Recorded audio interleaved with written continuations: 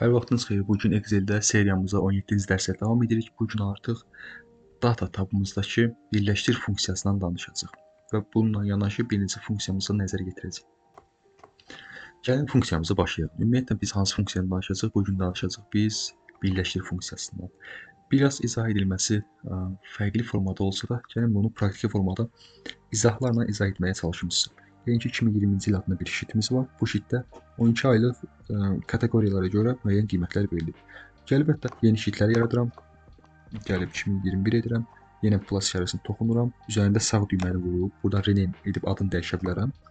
2022 edirəm. Gəlib bir daha yenisini yaradıram. Bu səfər üzərində 2 dəfə sol düymə ilə toxunub 2023 edə bilərəm. Hətta gəlin bir neçəsini də yaradım 2024. Hətta burada da 2025 yaradım. Gəlib bu cədvəli kopyalayıram və hər birinə əlavə edirəm.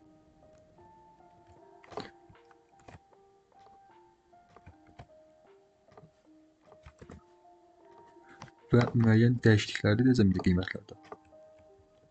Hətta gəlim 2020-dəkidə baxaq doğrudur. İndi buradakı qiymətlər qalsın. Burada biraz fərqliliklər edim ki, istər-istəməz dəyişiklik olsun. Belə bir funksiya istifadə edəcəm indi. Bərabərdir. Round bitfini istifadə edirəm. Random rəqəmlər atır. Deyək ki, 200 ilə 500 arasında rəqəmlər atsın. Sonra düsturdan formuldan azad edirəm. Formuldan azad etdim. Burada eyni funksiyanı təkrarlayıram bir neçə dəfə. Bu səfər də 500 ilə 1000 arası ədədlər göndərsin. Yenə formuldan azad edirəm ki, hər dəfə dəyişməsin. Niyə formuldan azad edirəm bəs? Çünki düsturumuz online düsturdur. Yəni hər dəfə mən enterə və ya hər hansı bir xanaya toxunanda düsturdakı ədədlər dəyişir. Yəni necə baxın göstərim sizə. Misal üçün mən burada fevralı siləndə baxın hamısı dəyişdi və ya mən bura bir hərfi əlavə etdikdə dəyişir. Ona görə də gəlib Ctrl+C, Ctrl+Alt+V edib buradan value seçib düsturdan azad edirəm. 2024-də də eynisini edirəm.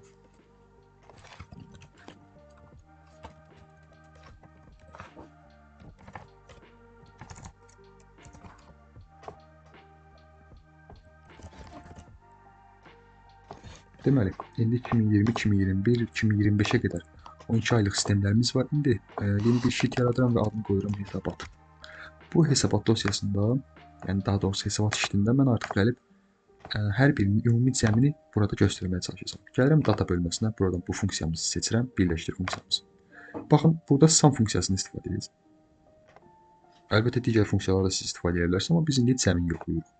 Referans bölməmiz, yəni məlumatı hardan götürəcəyimiz aiddir. Referansa bir dəfə toxunuram və gəlib 2020-ci ildə olan bütün cədvəlimizi seçirəm. Ardınca burada ədəd toxunuram.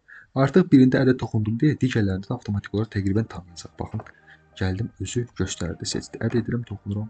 Bir daha baxın 2022-ni də özü göstərdi. Əlavə olunanlar da burada görsənir.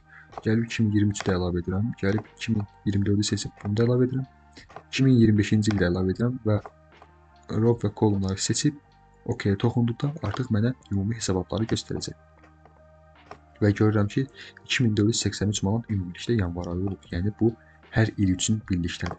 Yəni bu artıq bizim üçün son 5 illik hesabat gedir. Yəni 2021-dən 2025-ə qədər. Daha doğrusu 6 illik hesabat 2020-də götürmək şərti ilə.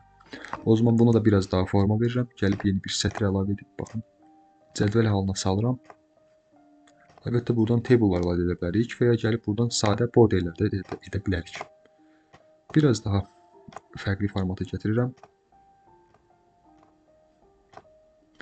Və başlıq olaraq da 6 illik hesabat yaza bilərik.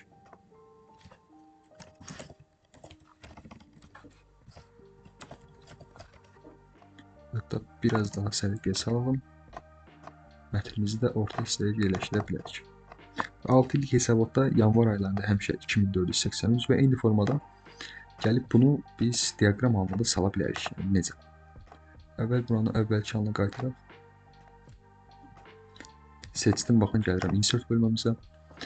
Gəlib buradan bizə məsləhət olanları göstərirəm. Baxın, belə bir dalğalanma qura bilərik son 5 ildə olan bizim hesabatlarımız üçün. Hətta belə edərsək daha da yaxşı görünə bilər və ya biraz daha peşəkar edib misal üçün bu formada da edə bilərik.